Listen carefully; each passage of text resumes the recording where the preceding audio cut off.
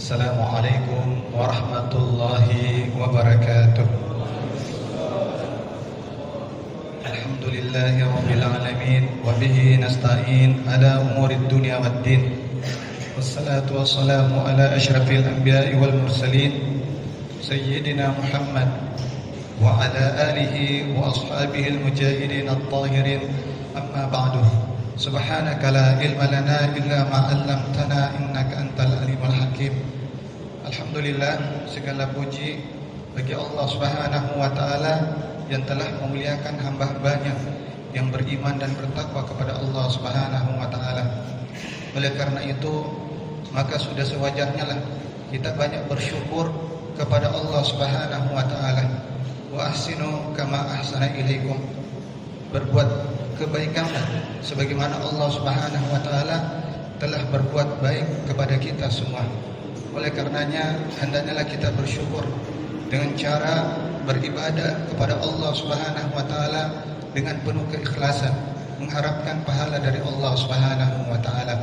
Begitu juga salawat serta salam semoga terlimpah curah kepada panutan kita, suri teladan kita, kekasih kita, Nabiullah Nabi Muhammad sallallahu alaihi wasallam, yang merupakan seorang nabi yang telah diutus oleh Allah Subhanahu wa taala, yang mengeluarkan manusia dari kesesatan agar mereka semua selamat, tidak hanya di dunia melainkan selamat sampai hari kiamat. Kaum muslimin sidang jemaat tarawih rahimani wa rahimakumullah. Dalam perjalanan menuju akhirat sangatlah panjang. Oleh karena itu Allah Subhanahu wa taala memerintahkan kepada kita semua untuk memiliki bekal. Wa tazawwadu fa inna khairaz zadi taqwa. Dan berbekallah karena bekal yang paling baik adalah ketakwaan kepada Allah Subhanahu wa taala. Dan ketakwaan itu lahir dari setiap ketaatan serta amal ibadah kita kepada Allah Subhanahu wa taala. Allah Subhanahu wa taala memerintahkan kita untuk senantiasa beribadah kepada Allah Subhanahu wa taala. Dan salah satu amal ibadah yang paling dicintai oleh Allah adalah ibadah salat. Rasulullah sallallahu alaihi wasallam bersabda, "Wa'lamu anna khaira a'malakum as-shalah." Ketahuilah bahwa amal yang paling baik yang kalian kerjakan adalah ibadah salat. Ibadah salat adalah merupakan bagian daripada ibadah penghubung seorang hamba kepada Rabb-Nya. Bahkan banyak keutamaan bagi orang-orang yang memelihara salatnya. Dalam sebuah riwayat, suatu saat ada salah seorang sahabat yang bernama Rabi'ah bin Ka'ab al-Aslami. Beliau datang kepada baginda Rasulullah sallallahu alaihi wasallam untuk mengantarkan hajatnya. Dan Rasulullah sallallahu alaihi wasallam ingin membalas kebaikannya, sehingga Rasulullah sallallahu alaihi wasallam menyampaikan kepadanya, "Mintalah, maka saya akan berikan kepadamu."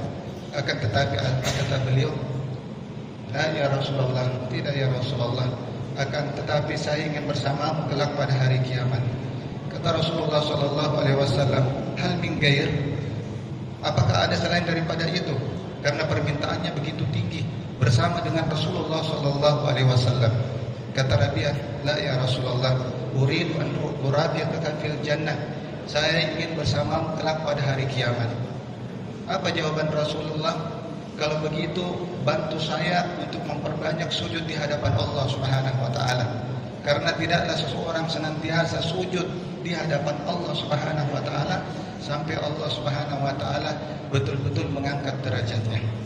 Oleh karena itu sangat merugilah di antara manusia yang telah mendapatkan keistimewaan yang begitu besar untuk mengerjakan ibadah salat, akan tetapi mereka lalai daripada ibadah yang sangat mulia yang Allah Subhanahu wa taala berikan kepada kita semua. Ketahuilah bahwa Allah Subhanahu wa taala akan mewariskan Jannatul Firdaus bagi orang-orang yang suka menjaga ibadah salatnya. Maka merugilah manusia yang telah mendapatkan keistimewaan itu. Kemudian di antara yang lain, amalan yang harus kita siapkan untuk menghadap Allah Subhanahu wa taala, di samping beribadah kepada Allah Subhanahu wa taala, maka hendaknya kita banyak berbakti kepada kedua orang tua. Rasulullah sallallahu alaihi wasallam itu menganjurkan kita untuk senantiasa berbakti kepada ibu bapa.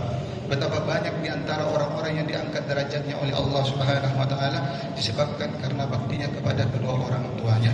Oleh karena itu, merugilah di antara manusia yang masih mendapatkan ibu bapa sementara dia tidak mendapatkan kebaikan di sisinya. Bukankah salah seorang sahabat yang bernama Uwais Al-Qarni diangkat derajatnya oleh Allah Subhanahu wa taala karena baktinya kepada ibu bapanya. Baktinya begitu besar terhadap orang tuanya sehingga Allah Subhanahu wa taala memuliakan dirinya.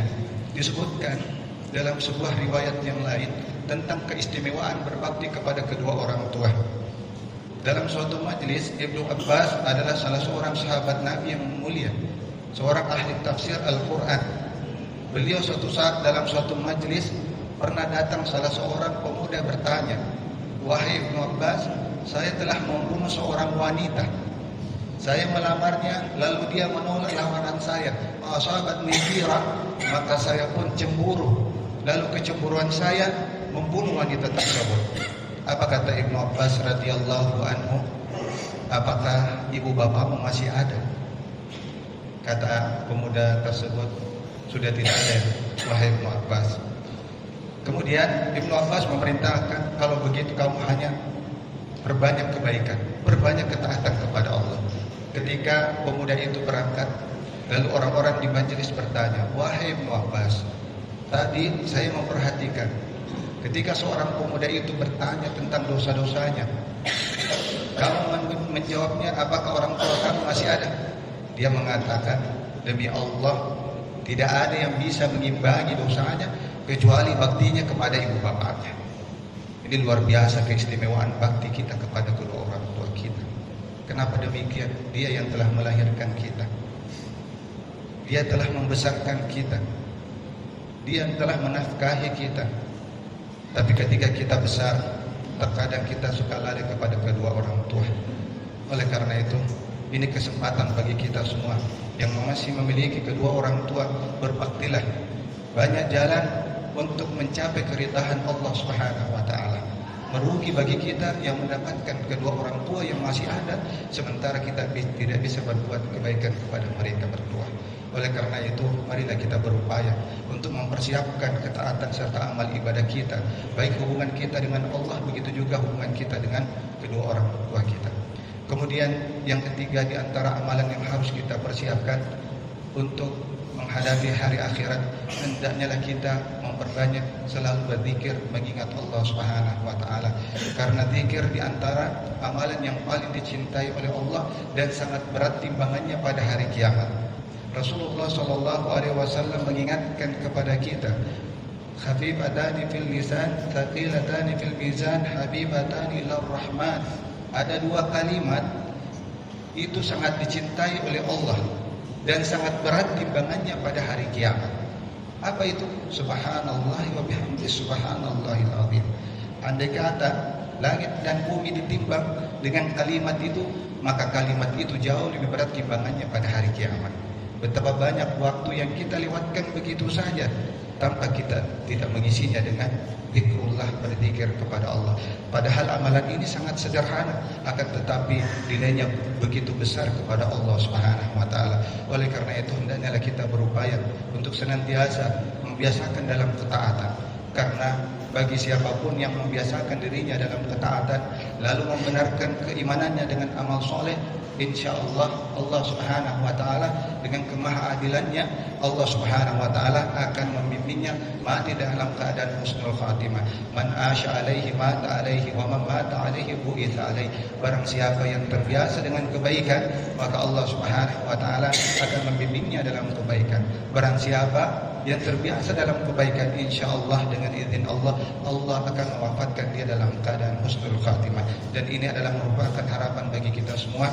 Mudah-mudahan di akhir bulan Ramadan ini Allah Subhanahu wa taala mengampuni dosa-dosa kita semua serta menyelamatkan kita baik di dunia maupun di akhirat.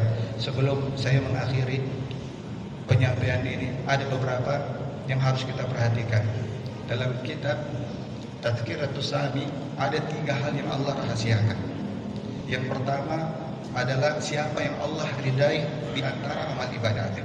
Maka hendaknya kita memperhatikan ketika melakukan ketaatan. Tidak hanya sebatas melaksanakan ibadah. Betapa banyak orang yang melakukan ketaatan amal ibadah, akan tetapi dia tidak mendapatkan dari apa-apa yang dia kerjakan. Oleh karena itu, marilah kita berupaya untuk melaksanakan ketaatan sesuai dengan bimbingan baginda Rasulullah SAW. Kemudian di antara yang Allah Subhanahu wa taala rahasiakan, kita tidak tahu di antara kita siapa yang Allah Subhanahu wa taala jadikan sebagai kekasihnya. Terkadang kita melihat di antara orang yang sangat sederhana, tapi karena ketaatannya kepada Allah Subhanahu wa taala sehingga Allah Subhanahu wa taala mengangkatnya menjadi wali-walinya, kekasihnya, karena ketaatan dia kepada Allah Subhanahu wa taala. Kalau kita ingin menjadi kekasih Allah, maka hendaklah kita meningkatkan ketakwaan kita. Bukankah Allah telah mengingatkan di dalam hadits qudsi, "Wa ma taqarrabu ilayya 'abdi bi syai'in ahabbu ilayya mimma aftaratuhu alaihi, wa ma yazalu 'abdi yataqarrabu ilayya bin nawafil hatta uhibbah." Tidaklah suatu amal ibadah yang Allah wajibkan bagi hambanya, melainkan amal ibadah itu dicintai oleh Allah Subhanahu wa taala. Dan tidaklah seorang hamba terus menambah amalan di luar yang Allah wajibkan baginya sampai Allah betul-betul cinta kepadanya. Maka Allah Subhanahu wa taala akan mengangkatnya menjadi wali-walinya. Kemudian yang terakhir, Allah Subhanahu wa taala merahasiakan siapa di antara kita yang Allah maafkan dosa-dosanya. Karena kita tidak tahu dosa dan kesalahan yang telah kita kerjakan, apakah Allah telah memaafkan dosa-dosa kita atau tidak. Karena kullu ummatin mu'afa illa mujahirin. Ketahuilah bahwa setiap umatku itu dimaafkan dosa-dosanya kecuali orang yang menampakkan kejahatannya.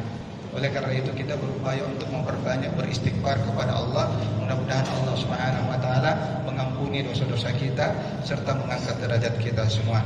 Inilah penyampaian singkat yang dapat disampaikan.